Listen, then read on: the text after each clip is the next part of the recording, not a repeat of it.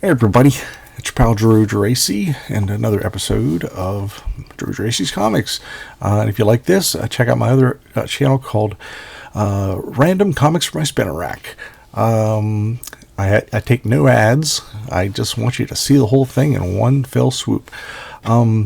But please, if you like it, click like, subscribe, share with somebody, and leave comments below. I love comments, and you can correct me, or you can ask me questions. I'm totally cool with it. You can say I screwed up. That's fine too, because I don't delete anything, and I don't fight with people who, watch my channel.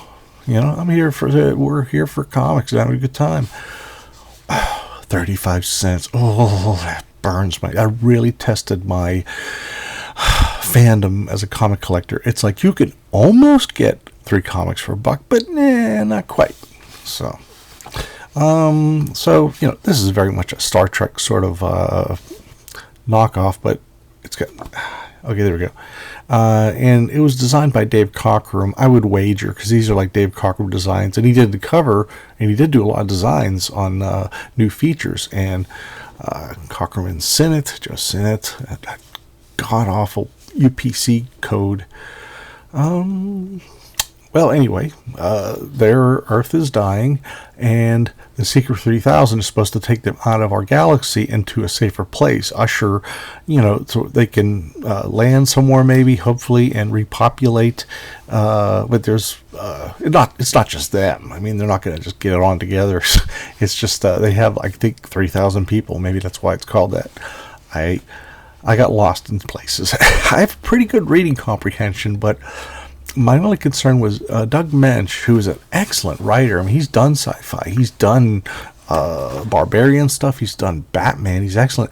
But for a first issue, if this was continuing, I could know more. Right now, there's a lot of guesswork, and I have pretty good reading comprehension, I like to think. And but it's like a first issue that desperately needed a second issue for me to fully understand it. Like some pilot of TV shows don't quite, they either get you or they don't. And this is somewhere in the middle. Like for example, this place, they're heading to their maiden voyage to Mars Arm.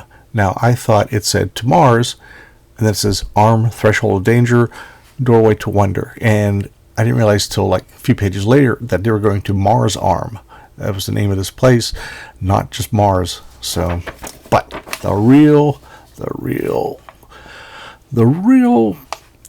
hero of the book is Tom Sutton. This is pencils and inks, and I do apologize for the really poor pencil or art reproduction, but I don't know if it's been on better paper. And you know me, I'm not a paper snob. I mean, I've seen a lot of good books in the 70s that have been printed. It's just, it was such a slapdash thing. You didn't know what you're going to get. Well, you meet characters gradually. The main characters in the first page, which is very good.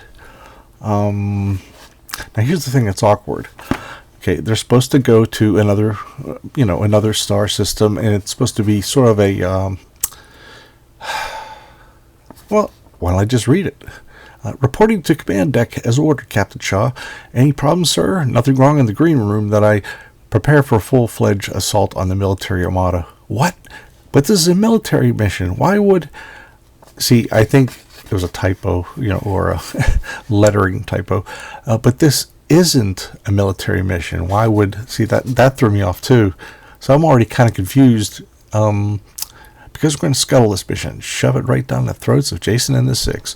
This guy here is Jason of Jason and the Six. They're basically ruling the dying Earth, or this project that is commissioned by the planet they're going to leave, and they're going to send all these cloned colonists to go to another galaxy where they can live and prosper. So our main character is pissed off. He's like, you hate me and you despise yourselves. Now you got a chance to do something about it. He just says, this mission stinks, and don't tell me you don't hate what's going on. We were picked, every one of us, because We're better at our jobs than anyone else in the solar system. Don't fool yourselves. The real reason we were picked by solely is to ensure the safety of Jason and the Six. We're puppets and we know it. So this guy, he handpicked a bunch of DNA that would be sent to, a colony where they would live.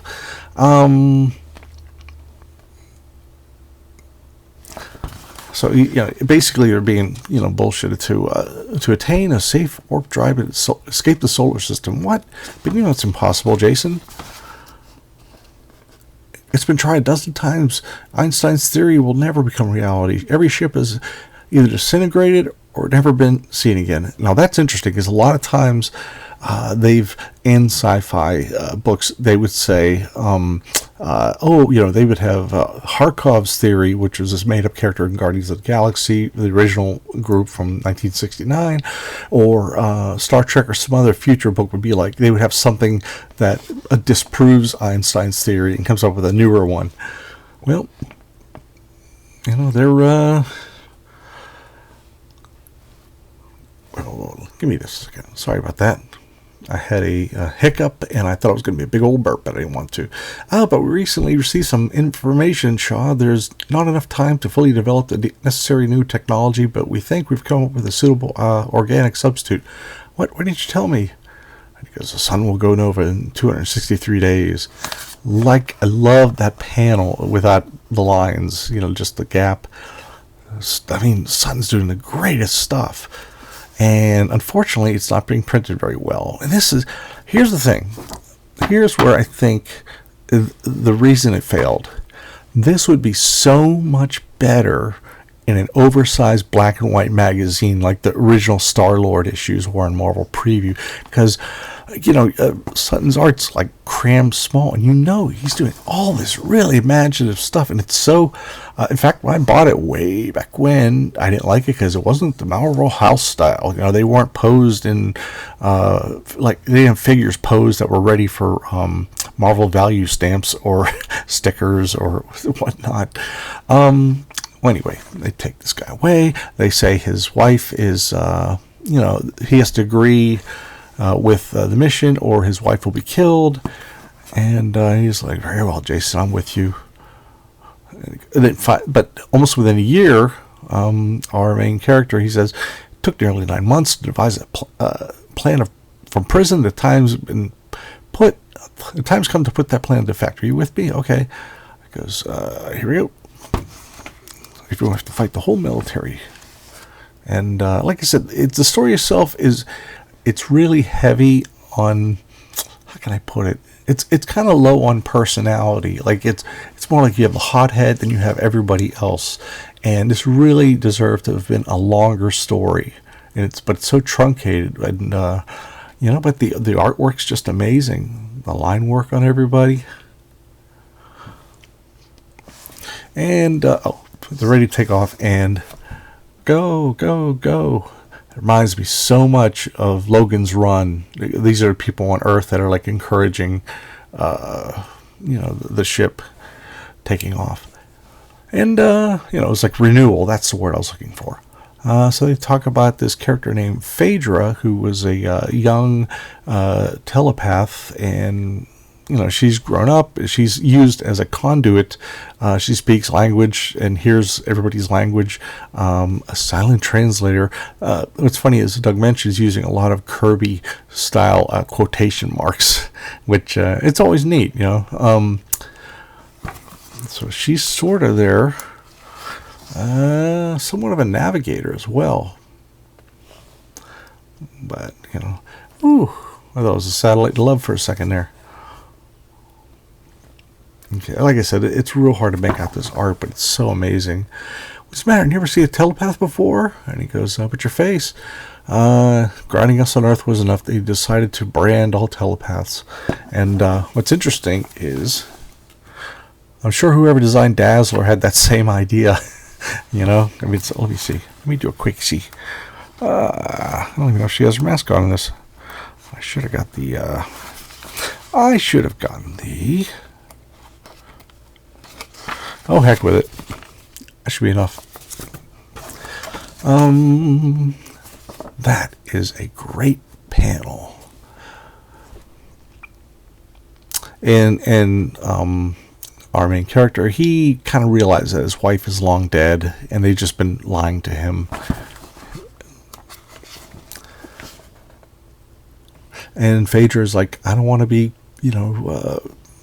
kidnapped or whatever. And he goes, well, you'll just have to be kidnapped. She doesn't buy into what he's saying. He's trying to rescue her. And look at the art. Oh my gosh, that's beautiful. And, the thrusters will just fry everybody that's chasing them. There's so much going on in that small area. Wow, this is so cool. Ain't it? Continue after the next page. But it's usually 2 pages. So they enter. And like I said, I know maybe I'm not describing this adequately, but I've read this like twice. And I think I gave you the basic idea. It's just kind of, I don't know. I think it's a book that was intended to maybe have been a magazine, one of those Marvel previews that features one character each issue or one theme, and it just got squished into a 17-page story. So there's a lot missing in my mind. There's a lot of holes that, if it was like the first episode of a show and, it intrigues you enough, then you'd learn a lot more in the second episode. And I really wish they did have a second episode of this. But, again, Tom Sutton's art is just fantastic. So she's trying to help shift into warp drive. She's connected with her telekinesis gets jacked up in this machine to where she can help. It helps her control the. Now that's like the closest thing you'll get to like a Marvel pose. Prime the laser, do this. But Tom Sutton's storytelling, it just really, it catches y'all here. And so he yells at Jason. He's like, I lied, Sean, your wife's going to burn. I love how he's drawn, the way he's broken up. Not with the traditional, there are the zipatone lines. It's a white zipatone you put over something to give it a halftone effect. But he's also just doing some drop-offs, which means areas that won't be closed in with lines. And that's a great pose for her. Both of those faces are just really, really amazing.